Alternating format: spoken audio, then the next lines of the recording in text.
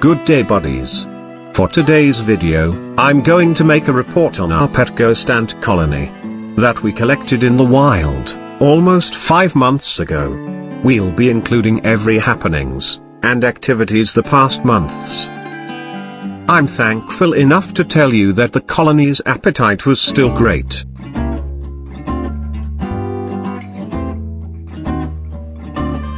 Last time we moved them out here on their original flat nest, since it's started to get really dirty after just several weeks. We tried moving them on this DIY cup ant farm, to maintain a healthy living conditions for the colony. They've taken a few weeks before abandoning their old nest, and after it's fully cleared, we just simply disconnect the old and dirty nest. What we just lost on giving them a cup ant farm is the greater visibility offered by the previous flat nest. But that's just a small price to pay, as long as our pet ants stays happy. Yes, happy. Cause aside from what we have lost, the colony gains something more valuable. And it's the exercise offered by their new nest with its long and winding chambers. As this ant species loves to move around and travel long distances. Though it's still not long enough of what they have on the wild, it's still an upgrade from what they previously had on the flat ant farm. The colony has been living here healthy for the past months under our care, with lots of busy workers, queens, and broods lying everywhere.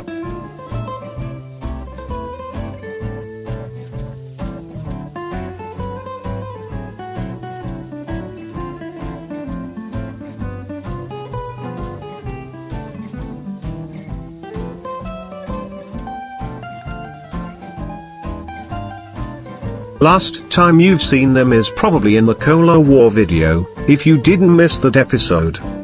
Anyway, not everything through their journey is sweet like cola, cause we just started battling wild ant invaders recently, as they're trying to attack and conquer our pet ghost ants formicarium. This are probably one of the smallest, but still a worst nightmare for an ant keeper to have. Before we continue, let me say welcome back buddies.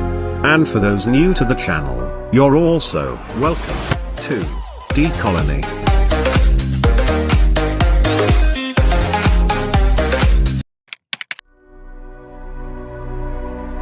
Here, I'm currently feeding the intruders with poison bait, which won't kill them instantly as these baits are designed for them to return home, to feed other members like their queen to be poisoned and killed on the process as well. They will be gone for a while after poisoning, and back in a few days. Since this colony is a proven massive, and consists of multiple queens as well. So I don't expect this war with them to end quickly. Our ghost ants is really tiny, but they will be giants if we compare them to the invaders. As these ants are too small, only around 1 millimeter in length. So it's not surprising for them to get through this pinhole where we hydrate the ghost ants setup. There's already a lot of them here when I noticed, so I just blocked the pinhole with this syringe needle to prevent more ants to enter. It's been blocked for a few days now, and the invading army started to die out as they get caught to the water by trying to find their way out. Luckily they didn't do any harm yet to our ant colony, since they're still trying to dig as they can't get past through the 100 micron mesh we used on the water tower. So, we're absolutely winning this war against them. But the dead ants from the water reservoir will soon decompose, and that sure is unhealthy, so we're giving the colony an additional nest. So they will have one available to transfer to, anytime they find their current nest unhealthy to live in. We have the build video of this cup ant farm on the iCard, and on the description if you happen to be interested in making your own. Even though the colony successfully created a waste area on every outworld, they still have some inside their nest, a proof that this ant species isn't really hygienic. So we've really prepared a spare nest for them in advance, which come in handy with this invading ants army happening. Anyway, I also made a platform out of board that could exactly fit this ant farm, so moving them around will be easier, especially these days with wild ants around trying to attack.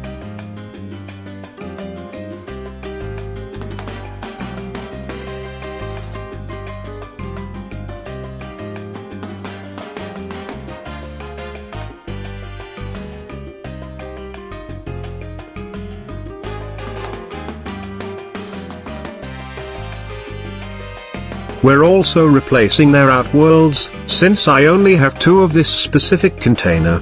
We need at least 3 of the same type, so in case any time the barrier worn out, we can just replace the current lid with the spare one, with fresh escape prevention barrier. That will surely make our ant keeping life to flow smoothly. We cut an opening to the lid using coping saw. Polish it a bit.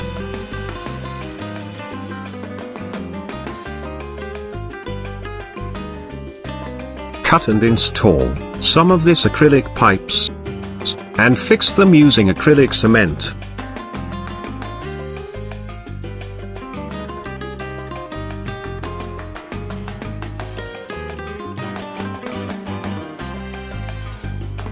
Place some rocks for decoration. In placing them, we need to consider to clear the space for the liquid feeders and feeding plates as well. Then we simply pour the grout mixture for the flooring. And as usual, we topped it with sand for a rough texture.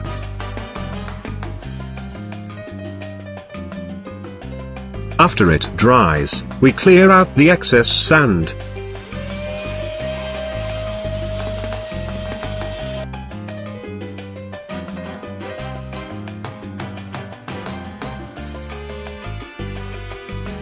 Place the lids with fresh barriers.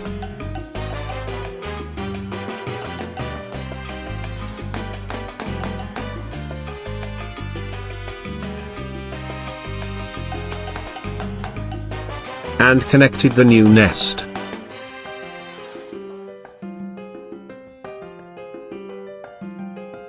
And the current nest as well.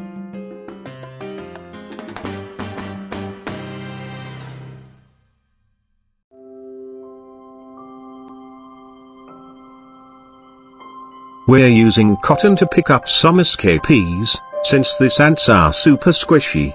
We might injure, or even kill them if we suddenly use bare fingers on catching them. We also transfer their water feeder to the new outworld. And their cleansing tower as well.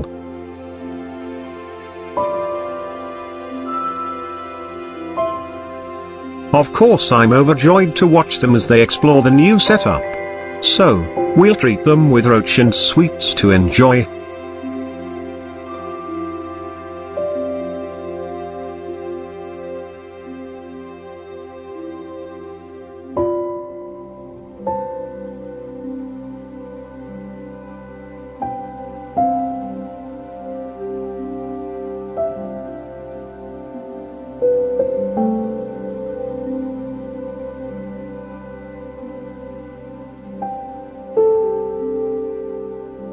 As of now the colony is still doing good, and I wish we'll see them again together in the future with more positive news to offer.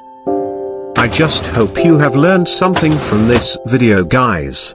Be a genie for the first time, by granting my wish and tapping the like and share button. That would help a lot. This is D Colony, saying goodbye for now, but hoping to see you on my next videos.